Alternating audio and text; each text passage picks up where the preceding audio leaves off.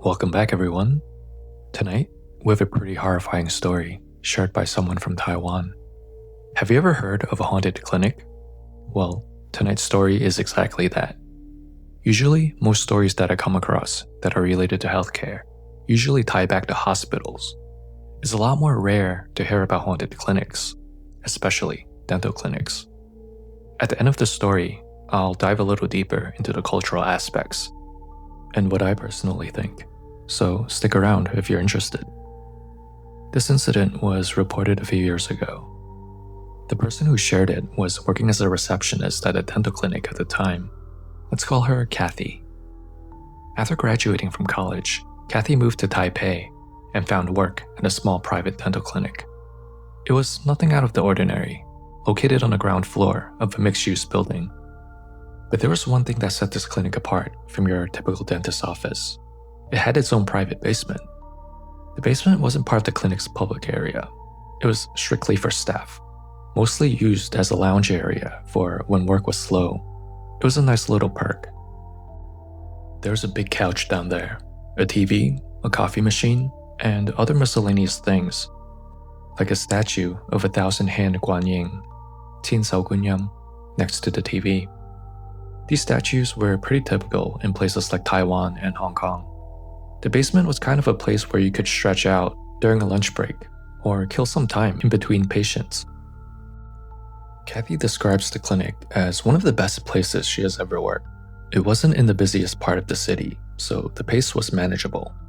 Compared to other clinics, it felt pretty relaxed.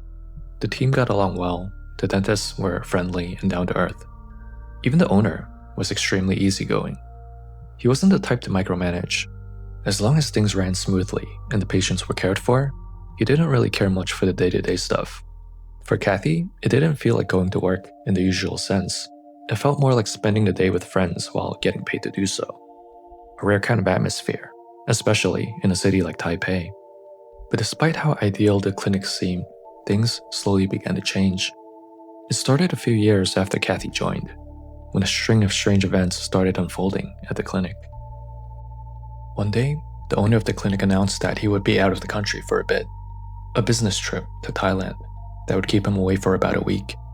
He often took trips to Thailand, so this was nothing out of the ordinary. Before leaving, he simply asked everyone to keep things running smoothly. It's worth noting, the owner was also a practicing dentist at the clinic. With him gone, his regular patients would be rescheduled or postponed until he got back. The clinic will still be open, just a little quieter than usual. There were still 3 other dentists that would still be working during this week while the owner was in Thailand, so if anything urgent came up during that time, patients would still be able to see one of the other dentists. Because things were expected to be slow for the week, the schedule was adjusted. Instead of both receptionists working together like they normally do, Kathy and her colleague Yeurng would be alternating shifts this week. The two of them were close, not just co-workers, but friends. They worked side by side for years and often hung out with each other outside of work as well. At this point, the clinic felt like a second home to both of them. One evening, Yeurng was closing up the clinic by herself. All of the dentists had already left for the day, and she was the last one there. She was waiting for her boyfriend to pick her up, as they had some plans for dinner, so she decided to hang around a little while longer, rather than wait outside. She pulled the metal gates at the front door down halfway, locked the glass front doors, then headed downstairs to the basement to relax and kill some time until her boyfriend arrived. Yeurng sank into the couch and turned on the TV. A few minutes later, she heard someone banging loudly at the metal gates upstairs. It was very loud and aggressive. Startled, she got up quickly and rushed back upstairs. She unlocked the front doors, lifted the gate up, and stepped outside to check who it was. But there was no one there. The street was quiet, except for a few people walking in the distance. She looked around again. Nothing. Probably just some kids messing around, she thought. She lowered the gate back down and returned to the basement. As she was walking back down the stairs, something immediately felt off. It was silent. She swore she left the TV on before. Once she was downstairs again, she saw that it was off. She paused. She was certain she hadn't touched the remote. In her rush to check on the noise upstairs, She just left it running. She was sure of it. Still, she told herself she must have hit the remote by accident when she got up in such a hurry, or maybe she really did turn it off before heading upstairs. It was late after all, and she was tired. Easy to forget small things like this. She sat back down and reached for the remote. Then suddenly, the lights in the basement went out. All of them.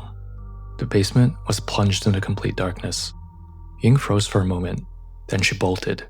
She ran up the stairs, through the clinic, and out the front doors, not bothering to check anything else. There was a 24-hour convenience store next door, brightly lit, and there was always someone at the counter. She went straight in and called Kathy from her phone. She didn't want to go back to the clinic alone. Kathy, who had the day off, picked up.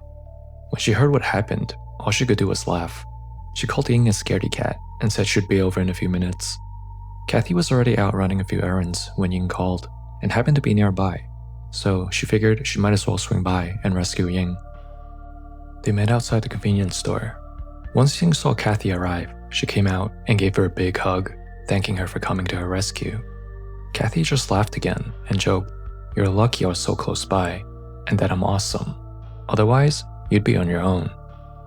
"It's probably just a fuse box," Kathy said. "Something logical. Don't be such a scaredy cat." But Yeurng was certain it wasn't the power issue.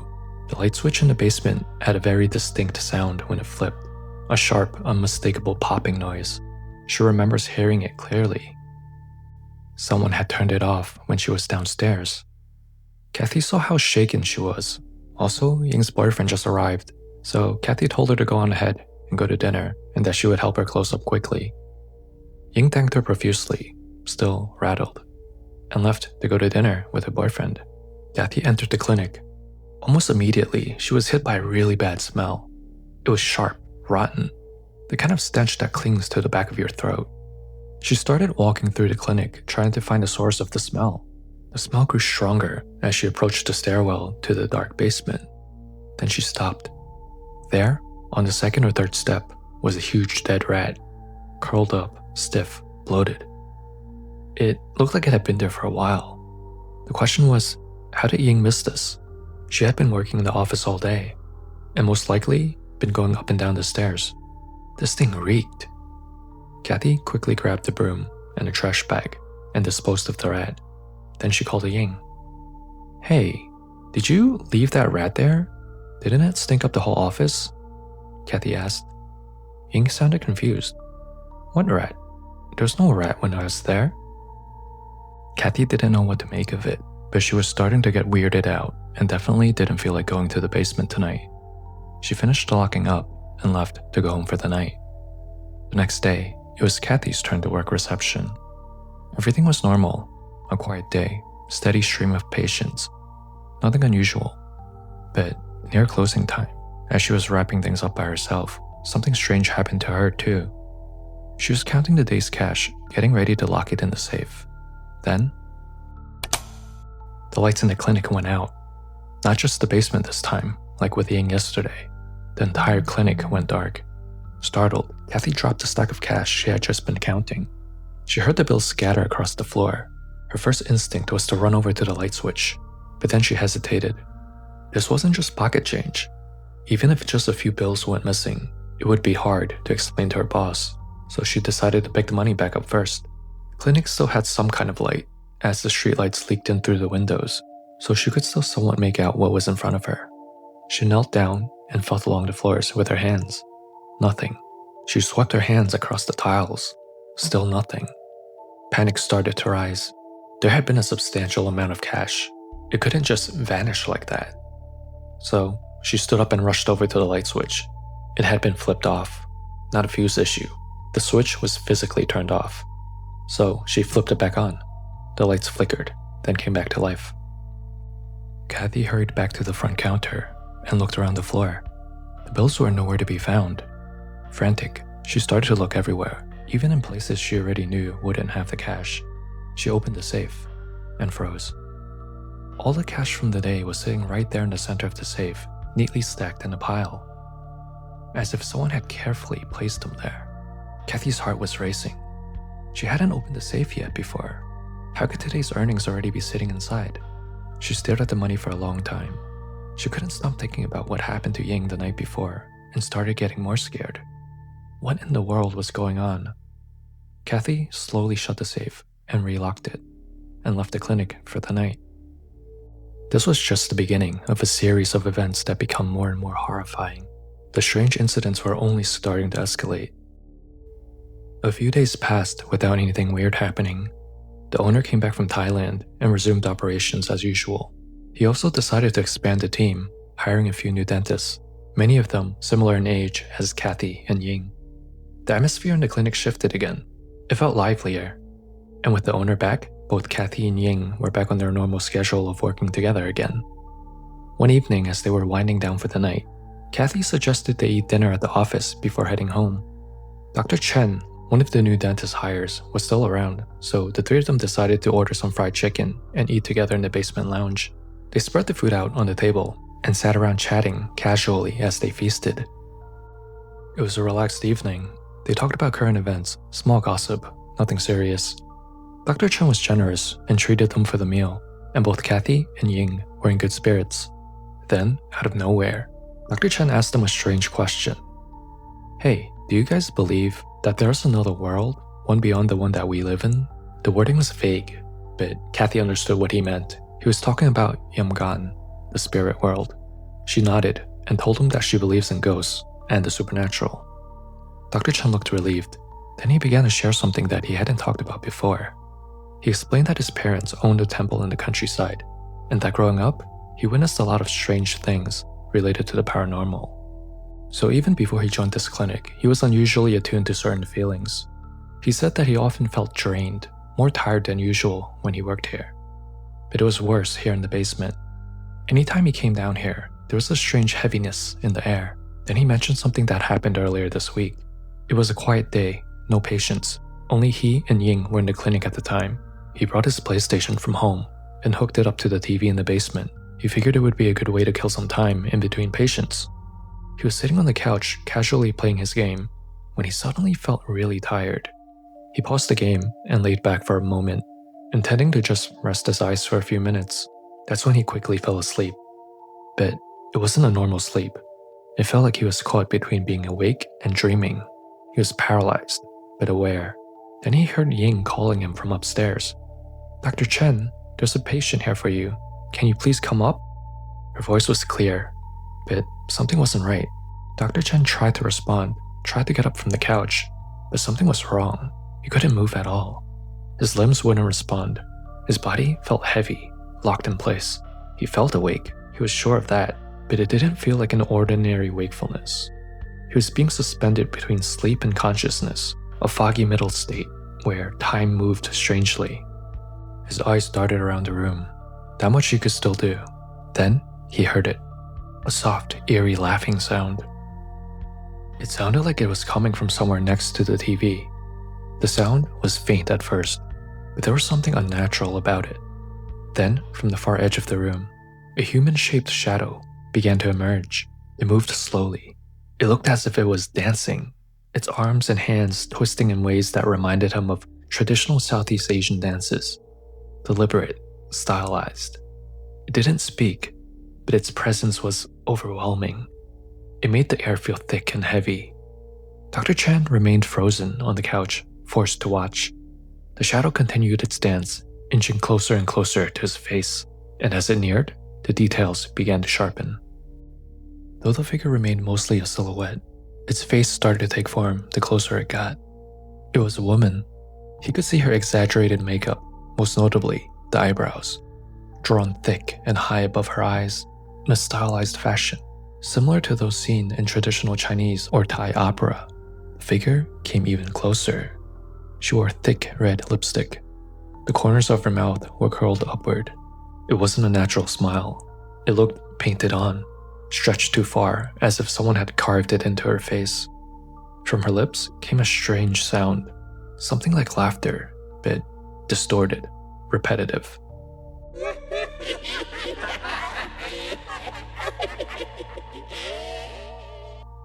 Dr. Chen couldn't describe it, but it was unlike any sound he's ever heard before. He was drenched in sweat at this point from fear. Completely paralyzed, heart racing, trapped in silence as this thing came within inches from his face. Then, a sudden tap on Dr. Chen's shoulder. Everything snapped back. It was as if he was released. He inhaled for air and jolted upright, eyes wide with fear. Ying was standing next to him, startled by his reaction. "Dr. Chen," she said, stepping back. "I've been calling you for a while. The patient's waiting. Why are you just laying here, zoning out?" He looked around. The shadow woman was gone. He asked Ying if she saw anything when she came down. Ying shook her head, confused.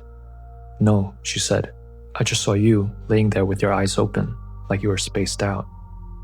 As Dr. Chen finished his story, the mood in the basement shifted. Kathy and Ying exchanged glances. They were starting to feel uneasy, and truthfully, a little annoyed. Why would he share something like this now, while they were still in the same basement, still sitting on the same couch where he had seen this figure just days ago? But Dr. Chen didn't seem to be able to read the room. He continued. After the incident, he said, he had called his dad later that night. His dad, the one that ran the temple back in his hometown, listened quietly as Dr. Chen described what happened. Then he gave his advice. He told Dr. Chen to wear the talisman he had given him. As long as he wore that talisman while at work, everything would be fine. Just wear the talisman, and nothing would be able to follow him. A couple of weeks later, Dr. Chen resigned. He had accepted a new offer from a different clinic, one that would bring him closer to his parents in his hometown. It wasn't unusual for dentists to move around often, but still, something about the timing felt off to Kathy. Most dentists usually work longer than a few weeks at a new company before making the jump. And after hearing what he experienced in the basement, she couldn't help but wonder if that had something to do with the sudden departure. After he left, things stayed quiet for a little bit. For a few days, nothing unusual happened. Then came a scheduled wisdom tooth extraction. The patient had been booked in advance, but the dentist that was assigned to the procedure had a sudden family emergency. The surgery was postponed, and the patient had already been notified. Kathy saw it as an opportunity. It was going to be a slow day, so she decided to bring her puppy to the clinic. Everyone was going to be pretty free anyway today, so she figured her coworkers would be able to play with the puppy in the lounge. Her coworkers loved the idea. They could take turns playing with it in the basement. Kathy, of course, had to stay at the reception desk, but she brought her dog's toys and even her pet camera from home to put in the basement so she could keep an eye on him while working upstairs. Everyone had a great time. The dog was calm, no strange reactions or weird behaviors, surprisingly, nothing unusual at all. That night, after getting home, Kathy realized she left the pet camera in the clinic's basement. For a moment, she considered going back to grab it, but the clinic was already locked up for the night, so it would be safe there until morning. So she left it and went to bed. At around 3 a.m., her phone buzzed. A notification popped up on her phone. Movement detected on PetCam. Half asleep, she squinted at the screen. She frowned. The office was closed and fully locked. Was this a glitch? Or worse, had someone broken in? Now, fully awake, she opened the app to check the camera feed. The screen was dark, but the camera's night vision was active, bathing everything in a green light. She saw the basement lounge. It was empty. Nothing was out of place. But she noticed something. The TV was on. Its glow lit up the room, casting flickering light across the walls, making the feed a little brighter and easier to see. That's strange, Kathy thought, sitting up now while staring at her phone. Why is the TV on? Then she noticed something else in the corner of the room. Something moved. A figure. It wasn't walking. It looked like it was dancing. Slow, deliberate movements. Fluid and strange. Too stylized to be random. Kathy tapped on the screen and pinched to zoom in. The figure turned around, as if it noticed someone was watching. It looked straight into the camera. Kathy nearly dropped her phone. The shadowy face was faint but clear. Painted lips curled upward in a smile that was too wide. Eyebrows drawn in exaggerated strokes, just like Dr. Chen had described. The figure stepped closer to the camera. Kathy watched, frozen, as it approached the camera until its face filled the frame. Then, it began to make a sound.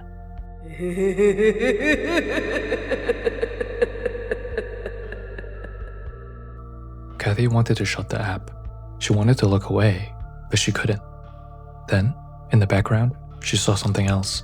More shadows. They were all dancing too. All of them performing the same twisted, ritualistic motions, dancing in silence. Only now did Kathy realize, whatever was in the basement, it wasn't just one entity. There were many. Kathy couldn't watch anymore. She shut the app and set the phone down. But sleep wasn't coming back. Not after that. She lay in bed, eyes open, mind racing, trying to make sense of what she just saw. Those movements, that face, the others behind it. By morning, she wanted to call in sick. She couldn't imagine going to the clinic, not with the image of that figure still burned in her mind. But she didn't have a choice. The owner was scheduled to work today. Everyone had to be present. Part of her hoped that maybe, with the owner being in the office today, they could finally talk about it, lay everything out in the open, because by now, the unease in the clinic wasn't just hers. Other staff seemed to be experiencing things as well. Everyone had started to grow nervous, quietly but noticeably. The strange tension was building. That afternoon, with the owner present, Kathy shared everything. Her own experience, Ying's, Dr. Chen's story, and also what she saw the night before on the camera feed. She spoke carefully, but she didn't hold anything back. When she finished, the room was quiet. Ying looked pale. She didn't say anything at first, but quietly admitted later on that she was seriously considering quitting at that moment. She wasn't joking. Then, one by one, a few of the dentists began to speak up. They hadn't experienced anything direct, but a few of them had seen something, just for a second, while lounging in the basement. A figure, moving in the corner of their vision. None of them had mentioned it before, until now. But every time they looked directly, it was gone. When Kathy decided to share everything in front of the entire staff, she wasn't sure how the owner would react. It was a big risk. If he didn't believe in the supernatural, or worse, thought she was causing trouble, there was a real chance he would accuse her of spreading fear and making up stories to stir up panic among his employees. But to her surprise, he didn't say a word. He just listened quietly. As staff took turns speaking about things they'd seen, the feelings they had, he stood quietly, taking it all in. Then, without explanation, he stepped outside and made a really long phone call. No one knew who he was speaking to. When he returned, he didn't go back in the group. Instead, he went straight to the basement. A few minutes later, he came back up, carrying something out. He wrapped it tightly in newspapers. It was about the size of a vase. He didn't explain what it was. He simply walked out of the clinic with it. Then, he returned again.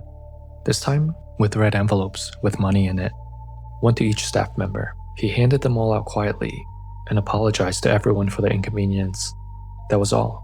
No speech, no explanations. But everyone understood. If he didn't believe something was going on, he wouldn't have apologized, and he definitely wouldn't have given them all a red envelope with lucky money. The mood shifted. Now, everyone wanted to know, what did he remove from the basement? He didn't answer those questions that day. He simply told everyone to go home early. The clinic would be closing for the rest of the day, and that he would have a better explanation for everyone soon. Ying and Kathy went out to dinner for the evening, trying to make sense of it all. Ying was convinced it had to be the 1,000-hand Guanyin statue, the one that sat in the basement on the altar next to the TV cabinet. Either way, they figured they would find out the next day. The next day, there were still no updates from the owner, and he was nowhere to be found. Many were still unsettled. Some had considered quitting. The patients were already booked, and the clinic was fully scheduled that day. So, all the staff did come back to work. They did their jobs quietly and professionally, but as soon as their last appointments wrapped up, all of the dentists went home. One by one, they packed up and left quickly. By the end of the day, the clinic was quiet again. Empty, except for Kathy and Ying, alone in the office. They were closing up for the day, as usual.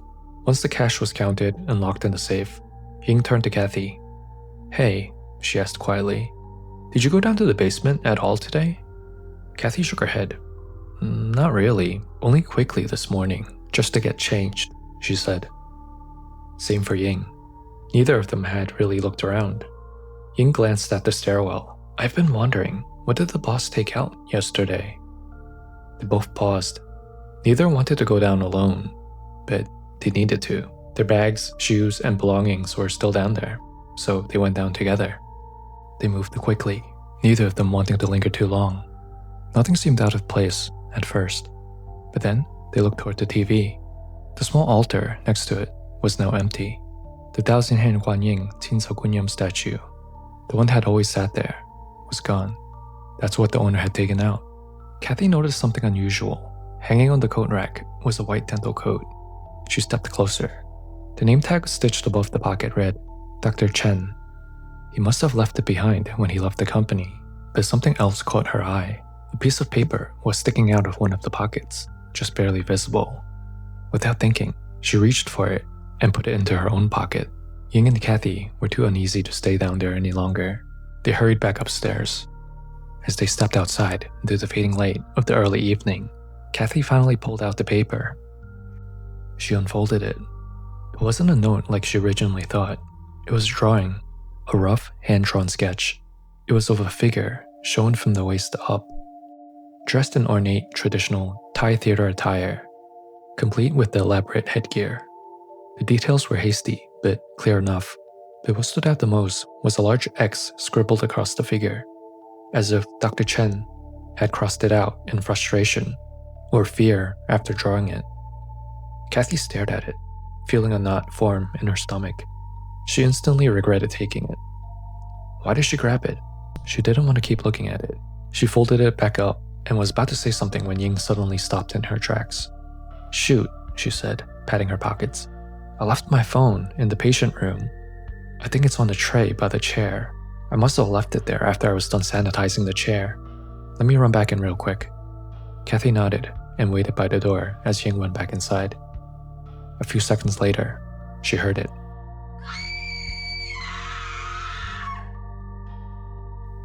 Kathy rushed back in, heart pounding. She found Ying crouched just outside the patient room, hands over her face, shaking. Kathy dropped to her side and helped her up. "What happened?" Ying didn't speak at first. She just kept pointing toward the dental chair in the center of the room. Kathy looked. It was empty. But Ying wouldn't stop scanning the room, her eyes darting from the chair to the corners to the walls. There was a woman, she whispered. She was sitting in the chair. Her mouth was wide open, like she was getting a procedure done. But she looked right at me, and she started smiling. Kathy didn't wait to ask any more. She grabbed Ying's phone from the counter, and the two of them ran out as fast as they could. That night, Kathy messaged some of the dentists that they were close with. Word spread quickly, and the response was immediate. No one wanted to come back to the clinic. All of the dentists canceled their upcoming appointments. The strange part? No one could reach the owner. Calls went unanswered. Messages were never replied to. For Ying and Kathy, that was the final straw. The statue might have been removed, but clearly something was still very wrong. If the owner wasn't going to speak up, if he didn't care enough to explain, then why should any of them return to work? No one went in the next few days. Then finally, a message came through from the owner. He asked everyone to please come in the next morning. He said he would meet them there in person and give them a proper explanation for everything. No one knew what to expect, but the next morning, everyone came in as requested. One by one, they filed back into the clinic. And there, waiting inside, was the owner, looking stressed. Looks like he lost some weight. The circle under his eyes were darker, as if he hadn't slept in days. It was clear that he didn't want to say what he was about to say, but at this point, he really had no choice. Everyone stood in silence as he began. He explained that by most standards, he was considered successful. This clinic wasn't his only one. He owned several. He had started from nothing and built it all the way from the ground up. But success has a way of changing people. Once you get a taste of it, you want more. He wanted to keep growing, expanding his clinics, building his network, meeting people who could help push him further. It was during one of his trips to Thailand that someone introduced him to a powerful shaman who claimed that he could help, not through business plans or strategy, through something else, something much darker. The practice is known in Cantonese as Yeurng Gwai Chai. It means raising little ghosts. That's like the literal translation. But it doesn't always have to do with raising infant ghosts. It's much broader than that. It's a taboo ritual still whispered about in parts of Asia, where this practice still takes place. It's considered to be dark magic, as a shaman summons spirits, binds them, and used them to bring wealth among many other things. The owner didn't take it lightly, but he was tired. He spent years grinding day in, day out just to build what he had, and now, here was someone offering him a much easier path. It sounded like a cheat code to success, so he agreed to hire the shaman to help him get even richer. A ritual was performed, offerings were made, and at first, it really worked. Business picked up, appointments filled out, revenue climbed. Everything was going smoothly, at least in the beginning. But as the money started pouring in, the shaman wanted more and more money for his services. The owner started to regret his decision in hiring the shaman in the first place. Business was booming, patients were booking, profits were rising. So why? Why keep paying the shaman more and more each time for help he no longer believed he needed? He fired the shaman. Just to note, this is extremely dangerous. Ghosts raised through such rituals require constant offerings and ritual respects. If these stop, things can go very wrong very quickly. And this is when the strange events started to happen. At first, it was small things in his own personal life, arguments at home, minor health scares. Then came the sightings. The owner started having nightmares every single night. Then came the strange events in the basement at the clinic. The 1,000-hand Guanyin statue, Guanyin statue, the one that used to sit beside the TV in the basement, wasn't just decoration. It had been part of the shaman's original instructions. It was a spiritual anchor, a vessel. It was meant to house the spirits the shaman had invited in. But when things started spiraling, the owner panicked. He removed the statue and flew back to Thailand to beg the shaman for help. The shaman took one look at the statue and refused. He said it was too late.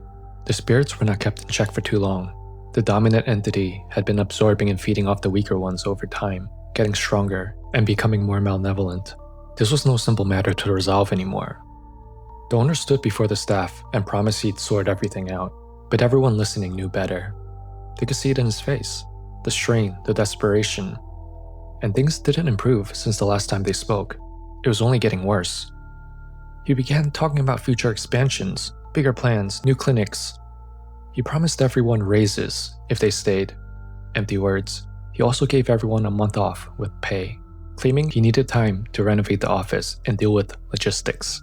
During that month off, Kathy and Yeurng quietly found new jobs. And when the clinic reopened, they never went back. Over time, they heard whispers from people still connected to the owner. Everything had continued to unravel in his life. His wife divorced him. His son cut off contact. His health began to get worse. Several of his clinics shut down, resulting in major financial losses. Whatever wealth, status, and success he had before, it all vanished, almost overnight. And as for the spirits, Kathy and Yeurng never really got a full explanation of what or who they were. Maybe they're still there in the basement of that clinic. Or maybe they followed the owner. But one thing is clear. The owner opened the door he was never meant to touch, and it cost him everything. So, what do you guys think happened here to Kathy's boss? Was it greed, karma, or something far more sinister? Did the shaman do this on purpose? A curse, maybe? To extract more money? It's said in Chinese tradition that once these ghosts from Yeurng Gwai Chai taste freedom, it's very, very difficult to contain them again. So if you ever go to parts of the world where things like this exist, always think twice before agreeing to anything. Okay, so now I wanted to share more information regarding the cultural side of things from the story and what I think happened. I know this is a very deep topic in itself, with multiple layers we could dive into, but we'll just cover some of the general basics for some of you who've never heard of this at all. First, what does Yeurng Gwai Chai even mean? In Cantonese, Yeurng means raise, to nourish, Gwai means ghost, and Chai means child, son, or little one. So the translation is raising ghost child. So this is actually a type of black magic, in which a spirit, often a fetus, stillborn child, or other young ghost, is ritually bound to a person to serve them, with the goal of bringing wealth, luck, protection, or even sometimes vengeance.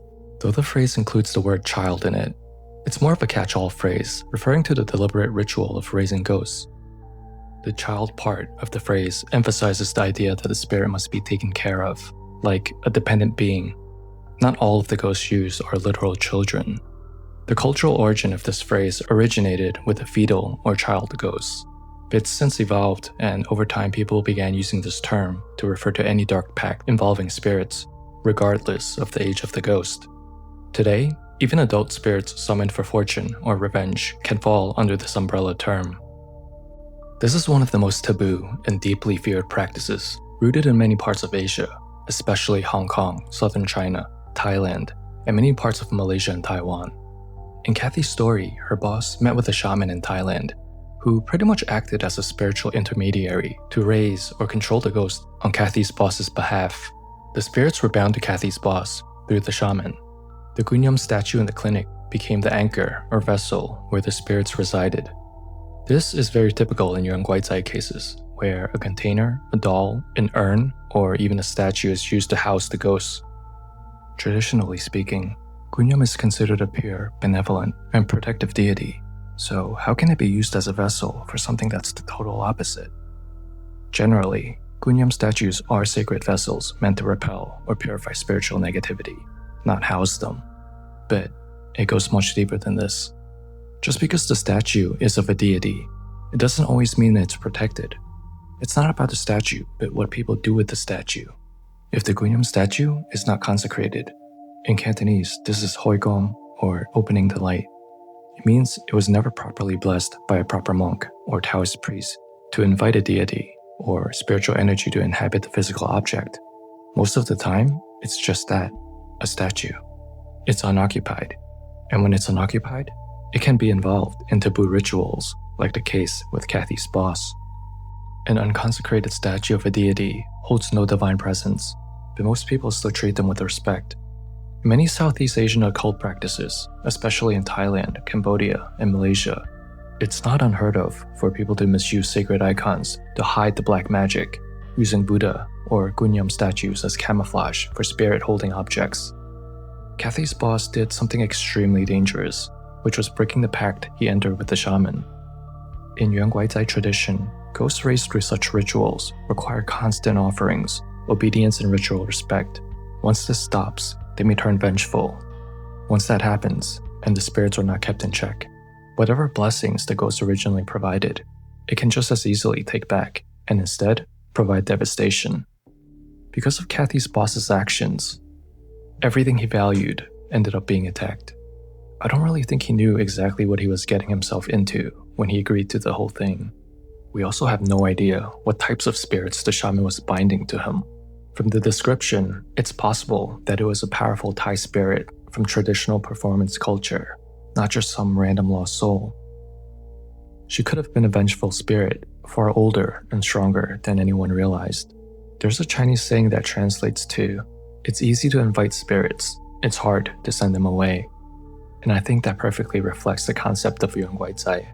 Power gained unnaturally always demands a price.